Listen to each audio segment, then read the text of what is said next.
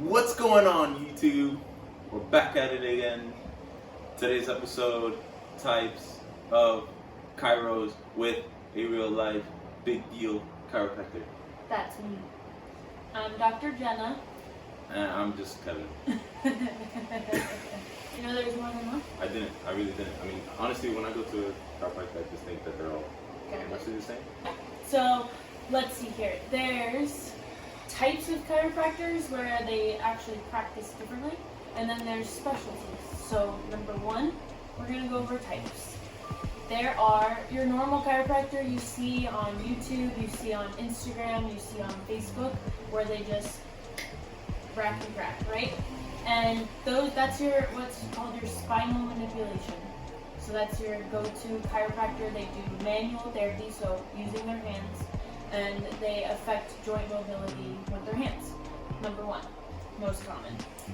Number two, people that practice more muscle energy technique or mobilization. So they use the patient's use of their own muscles, and they kind of provide like a counter pressure to that. And that's used to kind of affect the same idea of like mobility, healing, promoting, stuff like that. Number three, what's called an activator. Have you ever seen an activator? It sounds like a robot. Yeah. So I don't have it with me, but essentially it kind of looks like a pen. Has like a little knob at the bottom, and then it clicks, right? Okay. So people use that. Some people have practices that are solely activator. They just place it onto a part of a joint. They basically push into a certain amount of pressure, and then it creates like information input to kind of affect the joint at that level. I personally use it for people that are more elderly that have osteoporosis, or in children that are more fragile, their bones are softer. But some people solely believe in it for their whole practice, so no matter what age of patient, they'll use an activator through and through. Another type of practice is what's called an upper cervical. So they only adjust the upper part of the neck. They believe on the philosophy that if you affect kind of where the brain stem and the spinal cord exit the head, then you affect the entire body. So you'll see chiropractic practices that literally market upper cervical, and that's essentially what they're doing. It's just adjusting here. So there's all different types, and it's usually just based on technique.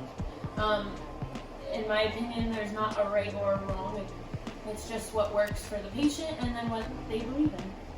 So when you're looking for chiros, just see, I would call ahead or look up online of like exactly how they practice. And then if you have questions, either, you can comment below here, or just ask someone you might know that would be knowledgeable. And just kind of look up if it would be something you want to try, or if you need to know more on if it'll help you.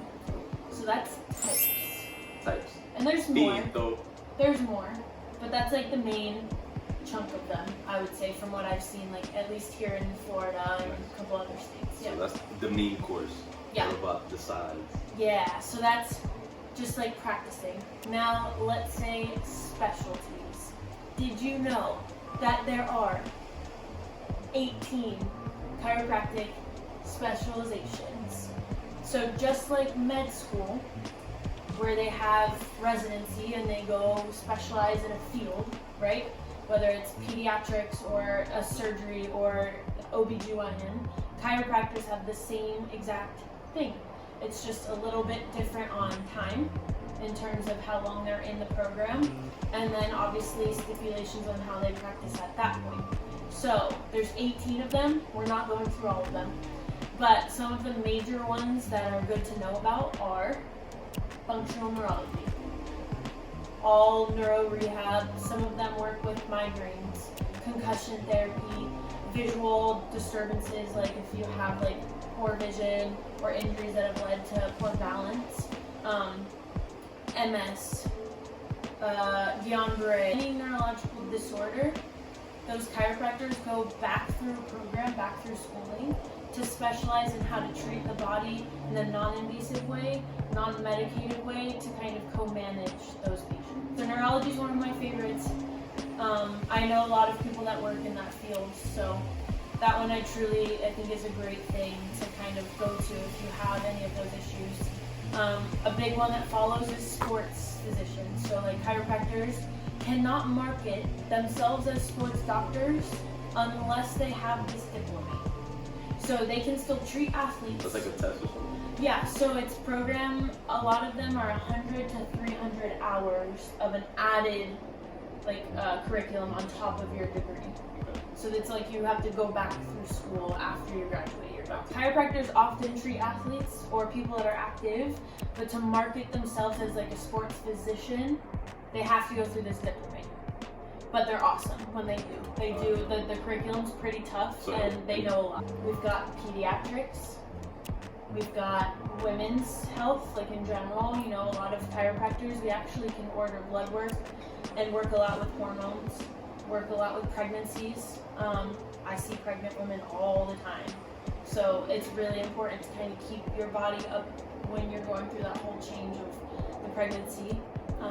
We've got rehab and therapeutic certifications that people go through just to deal with post-surgery rehab, athletic rehab, you know, if you're elderly and you fall, rehab, just like PTs and OTs deal with. Right, it's specific. Yeah, it does. It gets real specific. A couple others that are really cool are acupuncture and nutrition. I would say those are like the big ones that you'll see more often than the other small ones of the 18. Gotcha. But it's important when you're treating the body to kind of know all things. So chiros will specialize to kind of help promote more healing, help treat people more, help co-manage. So there's 18. 18. You heard it here first, folks. Go to your chiropractor. There's 18 different specialties. How many different types of chiropractors? Oh, that I don't know the number, but there's a hefty amount of different techniques. Double digits? Yeah. So you'll see one chiropractor do one thing and another one might treat you completely different. So it's not uncommon. Just know that they're different and that they have different goals. Go see your chiropractor.